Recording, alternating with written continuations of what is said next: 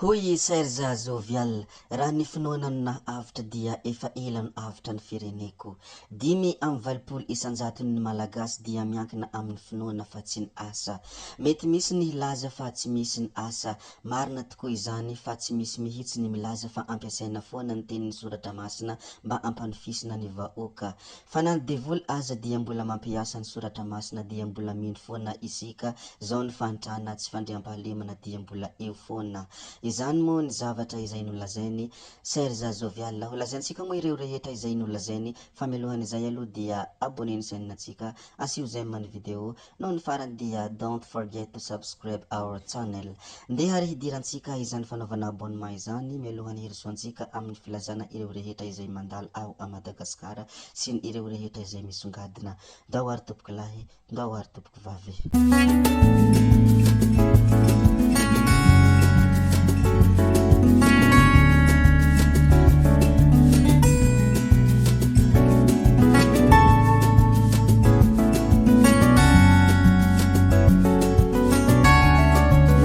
Publication moa kirona Idéal Son, ndeha ary hovakintsika kely ny publication izay nataony ity namana ity. Tsy hoe tsy misy dikany akory ity publication izay nataony ity fa tena misy dikany ka izany indrindra no antony amakiako izany ato anatin'ity chaîne ity. Hoy kirona Idéal Son, Madagasikara hony tsy maintsy mandroso, commune rural tsara tanàna ifanadina. Eto amintsika ny velona mandry andriranantsy ary ny maty tsy mandry ampiadanana. Efa hamidy eny antsena angamba afaka kelikely fa tena efa manenika any Madagasikara ny vakifasana sy ny halatra taolampaty. Fa de misy inona dia mavy olona sa misy safira ny taolambalony malagasy fa any velany ny fasany tsy misy mpamaky ary tsy naheny taolambazahany sy nangalatra aho. Izany moa ny fanambarana izay nataony ity namana kirona Idéal Son ity ka zaraiko aminareo ato. Fa ny any Toliara kosa dia carnaval namakivaky ny tampo tanànan'ny Toliara no nanokafana ny andiany fa 20 ny tournoi di Capricorne taranja judo rehefa nijanona nandritra ny 5 taona noho ny antony maro samihafa. Tonga nangataka tsodrano tamin'ireo manampahefana ao Toliara.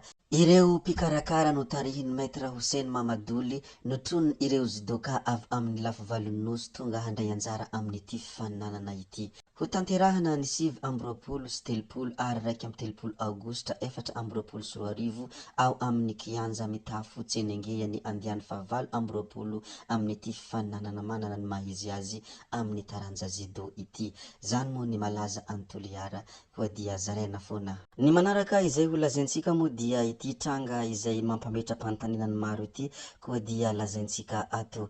Ny fanontaniana izay apetrak'olona be deabe moa dia no hoe inona foana ity dortanety ity hoy ireo izay mametraka ny fanontaniana amin'ity tranga dortanety ity. Satria nalazalaza ny resaka dortanety tato ato ary ny tena mahagaga dia raha vao misy tranga anankiray izay mitranga dia malaza iny ary tsy mijanona fa misesisesy ihany koa.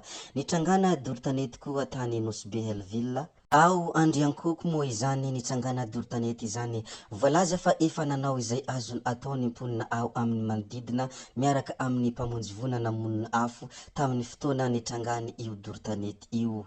Ny zavatra mila tsapantsika malagasy dia ny ala anisan'ny zavatra izay tena ilaintsika amin'ny fiainana ary ny ala dia manome rivotra, ny ala dia manome ireo zavatra be deabe izay iainantsika ary miaro ny tany izay itoerantsika. Nohon' izany dia tsy dia tsara loatra ny mandoro ala, tsy dia tsara loatra ny mitetika ala satria mitovy amin'olona mandoro raha miantsilany. Nohon' izany dia entanina ny rehetra mba tsy hamono tena ary mba hitsinjo ny taranaka amampara ihany koa, hitsinjo ny taranaka faramandimby. Miresaka mikasika izay dortanety izay moa isika dia misy ny ady amin'ny dortanety.